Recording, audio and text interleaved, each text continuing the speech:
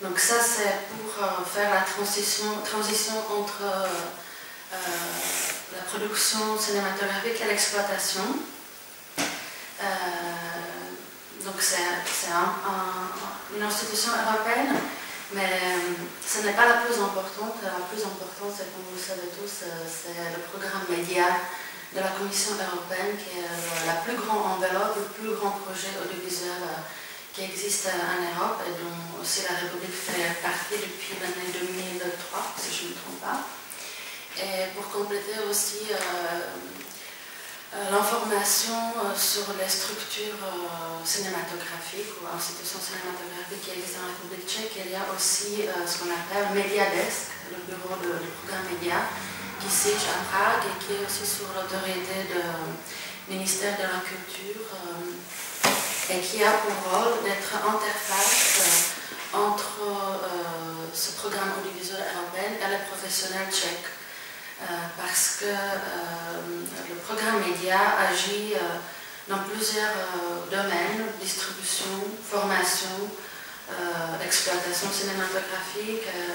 Média soutient aussi les festivals, ils soutiennent aussi la numérisation des salles et ils ont aussi un volet qui en fait gère la coopération entre les pays européens et les pays tiers, c'est-à-dire les pays d'Amérique latine, Asie, tous les autres continents. Et donc, il y a toutes sortes de guichets pour lesquels les professionnels peuvent demander d'aide. Et comme c'est assez compliqué, dans chaque pays, il y a donc un bureau qui est en étroite collaboration avec les ministères de la Culture et des CNC locaux, et qui doivent guider aussi les professionnels comment remplir toutes sortes de demandes, et aussi gérer ces demandes si elles sont recevables ou pas. Moi, mon expérience se situait beaucoup dans ce domaine de l'exploitation cinématographique, ce qui est, je pense, pour vous très important, parce qu'une fois que vous avez parcouru tout ce chemin difficile de scénariste, producteur, réalisateur, ce qui vous intéresse, vous, c'est que votre film soit vu aussi par des spectateurs. Et voilà, l'Europe se rend compte que le problème de circulation des œuvres en dehors de leur pays d'origine et quand même reste quand même assez important. Donc ils ont créé il y a 20 ans un projet qui s'appelle Europa Cinéma, qui est en fait un mécanisme de soutien pour des salles qui automatiquement ou spontanément ont une préférence pour des films, disons, de qualité ou préfèrent la diversité. Donc ce seront des salles qui mettent au programme à l'écran des films qui ne sont pas blockbusters. Donc, par conséquent, ils se retrouvent dans une situation où ils prennent des risques et ils ne vont évidemment pas avoir les mêmes box-office, des recettes comme c'est programmé des blockbusters américains. Donc il y a tout un mécanisme assez compliqué qui en fait amène les exploitants à s'engager par des contrats de programmer un certain pourcentage de films déjà nationaux, ce qui est aussi important pour certaines cinématographies, ce qui augmente la part du marché de cinéma local, mais aussi par le marché de films européens. Donc, en République tchèque, je travaillais avec des salles tchèques pendant une dizaine d'années, et en République tchèque, il y a à peu près une trentaine de salles qui sont surtout situées dans des grandes villes. Il y en a une dizaine à Prague, que vous connaissez si vous connaissez un peu la République tchèque. Où il y a des cinémas un peu cultes comme Aero ou Světozor ou Evald qui bénéficient de ce soutien. Ça leur permet de prendre des risques parce qu'ils sont à la fin de l'année compensés financièrement pour ça. Et il y a aussi un volet très important partie de ce système d'Europa Cinéma, c'est le soutien au travail avec le jeune public. On a l'occasion de parler, mais moi, je pense que dans une politique culturelle, il est important de penser aux spectateurs de futur. Et malheureusement, si on regarde la situation en République tchèque, même si les chiffres sont toujours, comme tu disais, Artemio, que la République tchèque fait partie des pays où la part du marché du cinéma tchèque est traditionnellement très importante. Enfin, moi, je vois, d'après les résultats de l'Observatoire européen, qu'il y a encore quelques années, bon, on a touché, c'était un peu, on a touché un grand pourcentage, c'était presque 34%. Mais l'année dernière, enfin, en 2010, c'était déjà, non, oui, c'était déjà 28%. Et là, on est à 24%. Ça peut varier, il y a plusieurs paramètres qui peuvent varier ça. Mais il me semble qu'on ne peut pas s'attendre à avoir un niveau de spectateurs, de cinématographie élevée si on ne pense pas aussi aux générations, à la formation, à l'éducation à l'image. Et je trouve qu'aujourd'hui, c'est des éléments qui ne sont pas suffisamment introduits dans la stratégie culturelle. Voilà, donc c'est un petit point peut-être aussi. On peut espérer que la nouvelle politique va peut-être prendre en compte, parce qu'on se rend compte bien en France que les résultats sur la fréquentation sont très très bons, et aussi les résultats des films qu'on peut appeler RSC sont bien, mais c'est aussi parce qu'il y a 20 ans, une politique de sensibilisation, d'éducation à l'image était lancée. Maintenant, c'est les fruits qui sont récoltés. Voilà. Donc, je ne sais pas si vous avez des questions par rapport à ces questions, européennes, si je peux me renseigner davantage. Voilà. Ça va. C'est quoi? C'est tout le monde? Non, c'est quoi? C'est l'affiche de sculpture.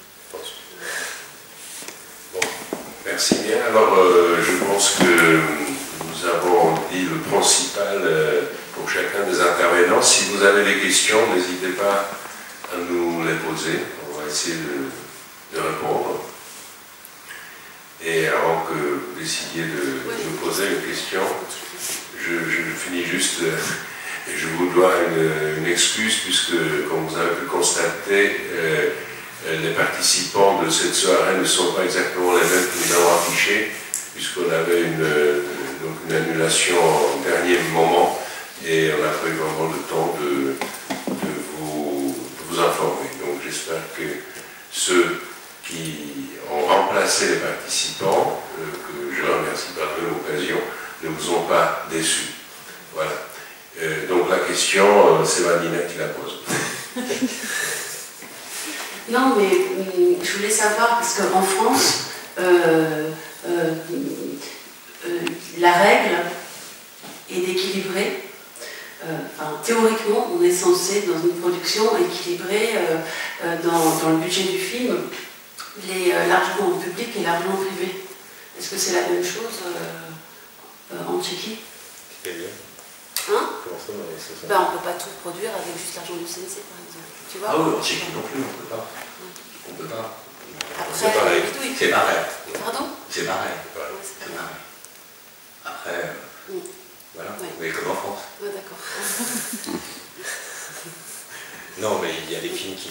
Il y a des films, en fait, c'est souvent une manière relativement simple. Quand, par exemple, un film touche que le CNC en France ou en Tchéquie, une partie est mise en place et que c'est la seule source de financement.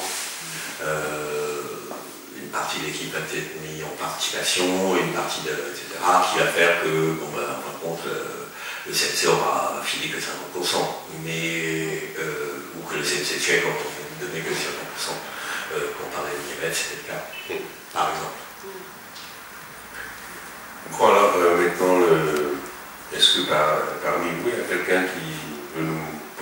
question ou deux. Bon, ben si c'est... Si, bon.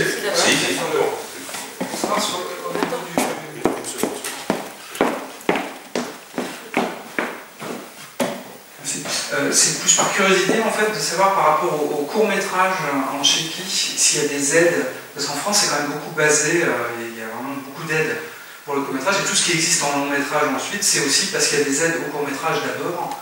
Je me rends pas du tout compte en fait de ce qui peut exister. Malheureusement, et c'était un peu évoqué, enfin ça rejoint un peu ce que disait Marc Pétain d'une certaine manière. Malheureusement non. Moi j'aimerais bien, mais je pense que c'est l'étape supplémentaire. C'est-à-dire que l'attitude, c'est peut-être aussi un peu le pourquoi de ces 10 ou 20 dernières années, l'absence du cinéma tchèque à l'international, c'est que jusqu'à présent, les têtes pensantes du cinéma tchèque ont décidé que le court-métrage c'était quelque chose qui se faisait à l'école, qu'on faisait à l'école, et une fois que c'était fini, et ben bon ben voilà, basta, c'est fini. À part pour les films d'animation, parce que bon, un film d'animation c'est rarement un film de. Enfin, c'est quand même. Ça prend tellement de temps que bon, pour en faire un film d'1h30, c'est quand même pas à tous les goûts. Donc c'est normal qu'il y ait des films de 10 minutes d'animation. Donc il ne considère pas le genre du court-métrage comme un genre existant.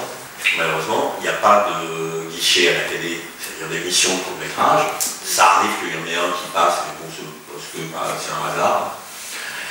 Et il n'est pas aidé par les Tchèques, ce qui fait que très souvent des bons réalisateurs arrivent sur leur premier film avec une expérience qui est relativement faible et ils se retrouvent à faire un film qui est sur lequel ils n'ont pas pu prendre des risques encore, ou ils n'ont pas pu expérimenter des choses qui permettent, parce que ce qui est une des choses artistiquement en tout cas, que permet le court-métrage, c'est de se planter, entre autres, artistiquement, c'est de faire un mauvais premier court-métrage, et de faire un deuxième court-métrage qui est plus réussi, et qui va essayer, je ne sais pas, tel type de montage, ou tel type de manière de filmer, etc., pour pouvoir justement après l'appliquer pour quelque chose de plus long.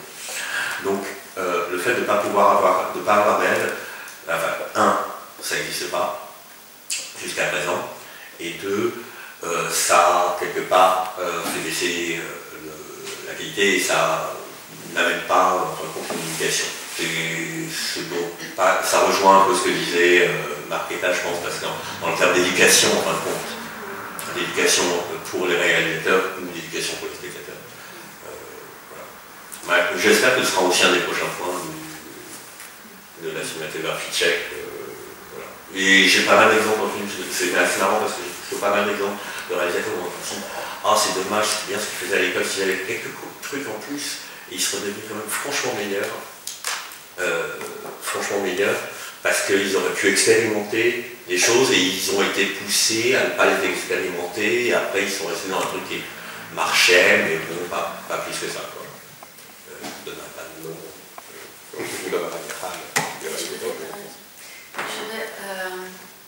Je vais encore apporter un autre élément de comparaison entre la France et la République tchèque, qui est à nouveau dans le domaine d'exploitation que j'ai omis tout à l'heure de mentionner.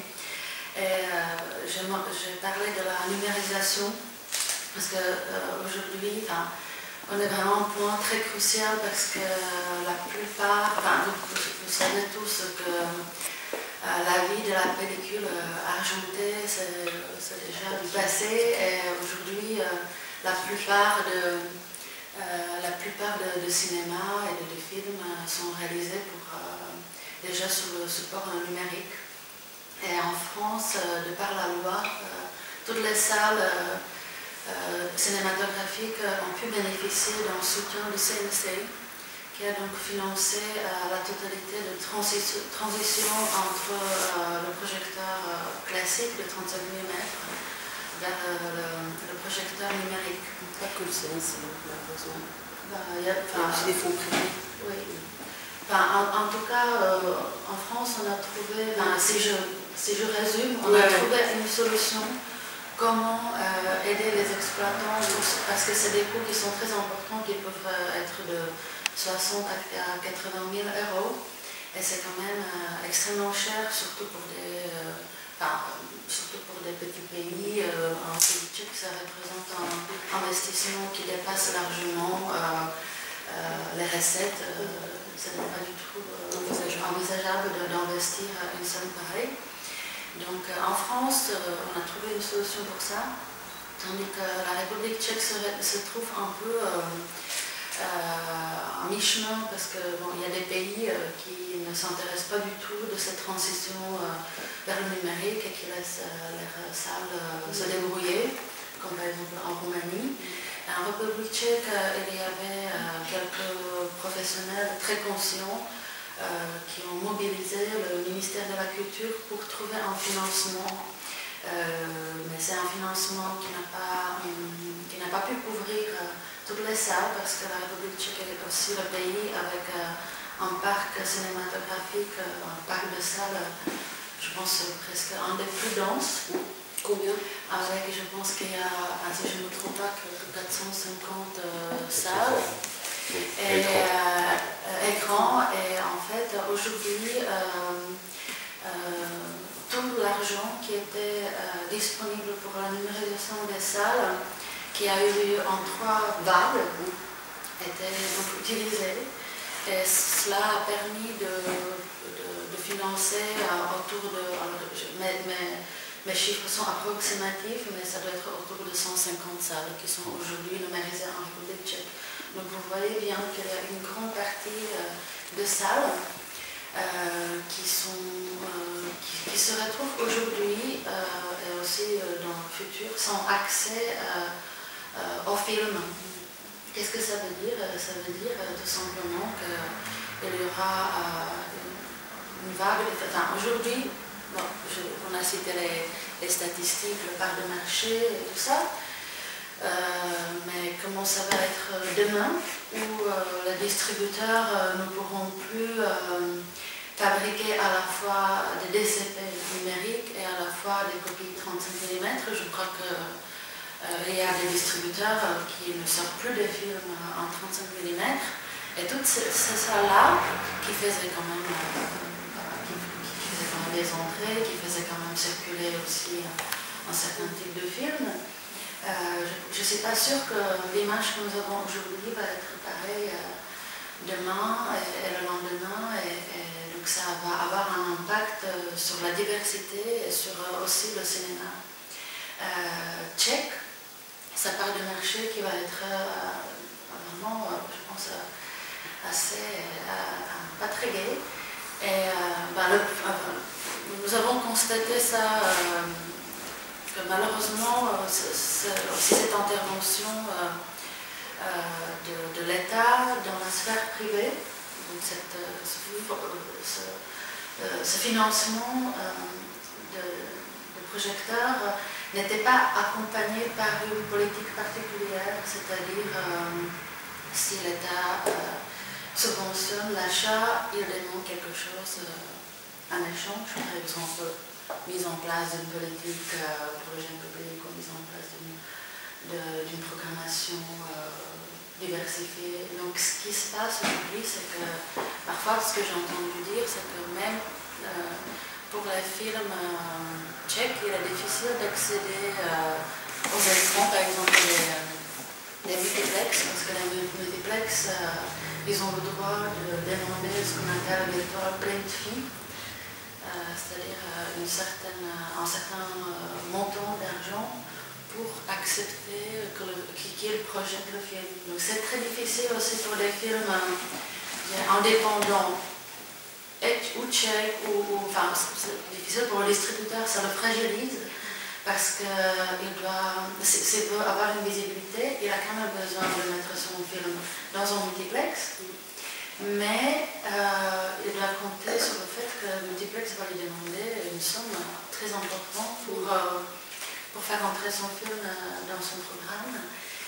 Et donc c'est des situations qui marginalisent, je dirais, tout ce qui est indépendant, tout ce qui est fragile, tout ce qui est les films pour lesquels on prend des risques, qu'on aime. Et, voilà.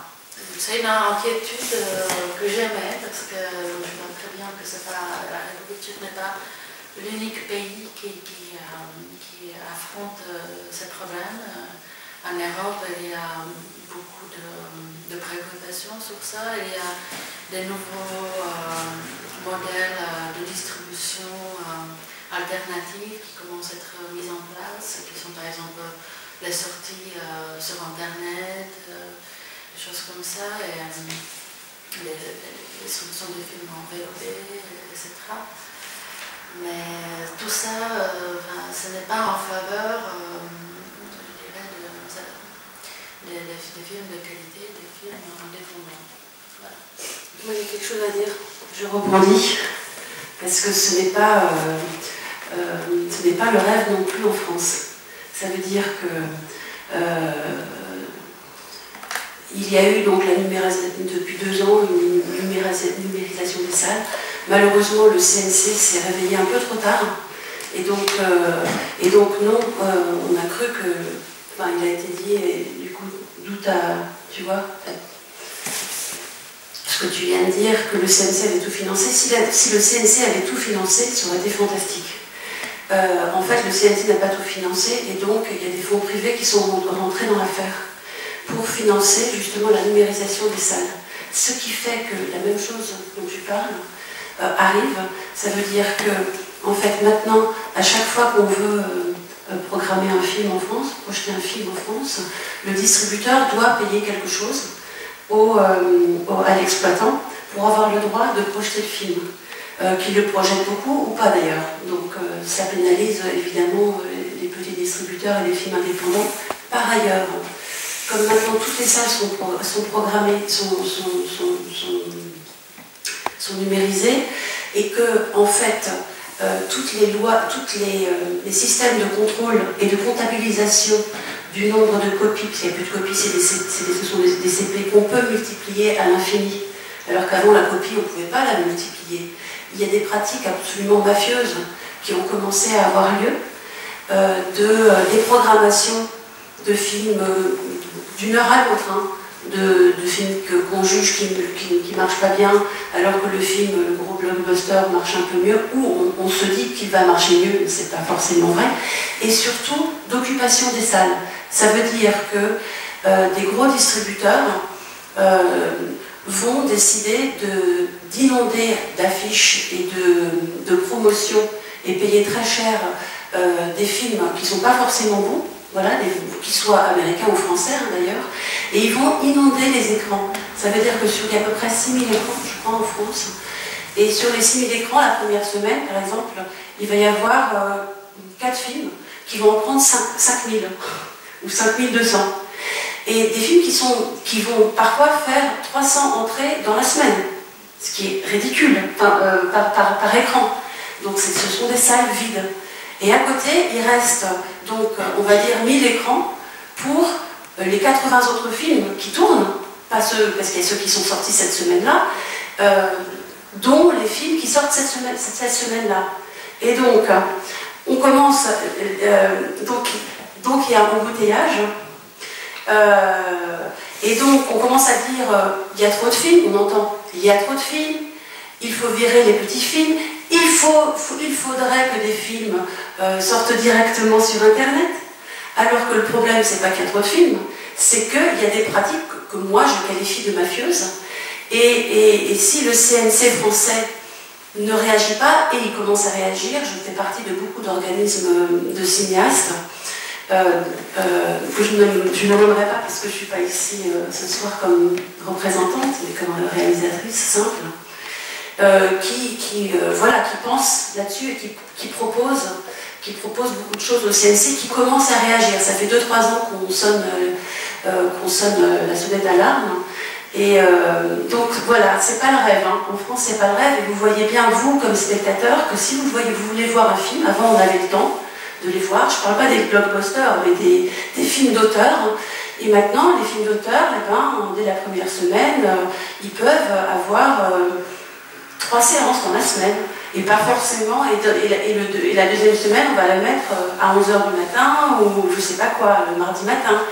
Et au bout de 3 semaines, il est viré, quoi. Donc le temps, le bouche à oreille n'a plus le temps de se faire.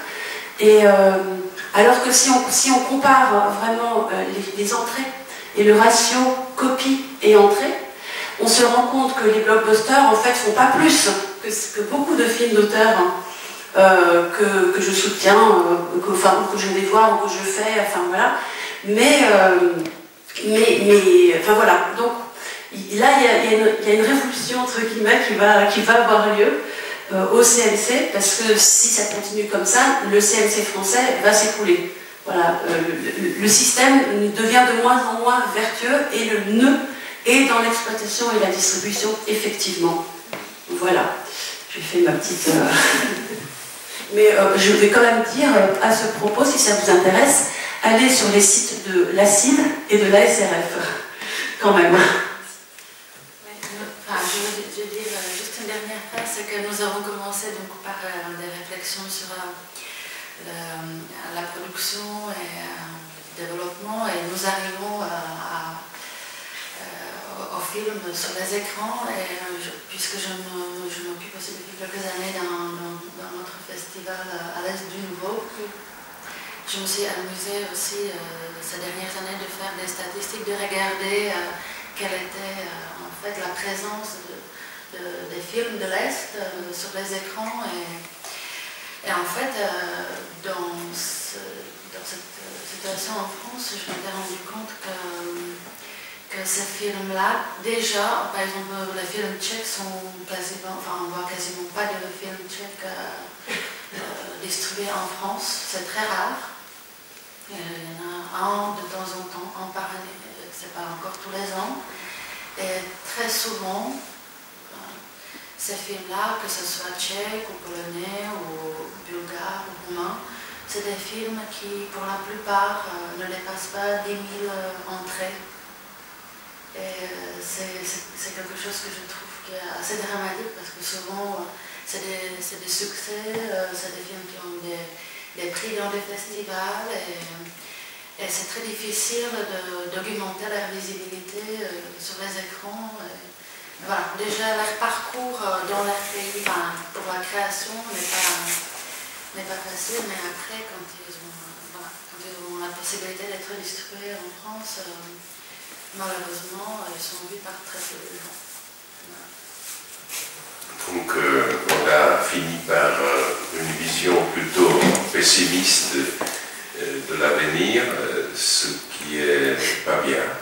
Mais c'est vrai. C'est pas pessimiste, parce qu'il y a beaucoup de gens qui travaillent et qui pensent et qui ne vont pas laisser les choses s'écrouler. Donc c'est pas, on n'est pas dans un... Il y a beaucoup de matière grise en ébullition, il n'y a pas de problème. Du côté tchèque, on est beaucoup plus optimiste. Du côté tchèque, on est beaucoup plus optimiste. C'est très marrant, en fin de compte, de parler avec Marc Etta, que je considère française, alors que je suis d'origine française. Non, du côté tchèque, on est parfois plus optimiste. On pourrait aussi réfléchir à d'autres moyens de distribuer, en fin de compte, à réfléchir de manière différente Internet, à réfléchir aussi ça. Je pense que on est dans un moment où les choses sont en train de changer, où c'est vrai qu'on est face à une globalisation qui n'est pas géniale pour les films, d'auteur et pour les films indépendants, parce qu'elles ont tendance à inonder et dans tous les pays, et en France et en Tchéquie. Maintenant, c'est aussi à nous, acteurs du cinéma, et aussi aux spectateurs, de réfléchir à voir des films de manière différente, ou à découvrir les films de manière différente, et à les faire découvrir de manière différente. En sens, malgré tout, Hollywood a une approche qui est parfois intelligente en termes de marketing. Pourquoi pas aussi s'en inspirer plutôt que se plaindre. Voilà.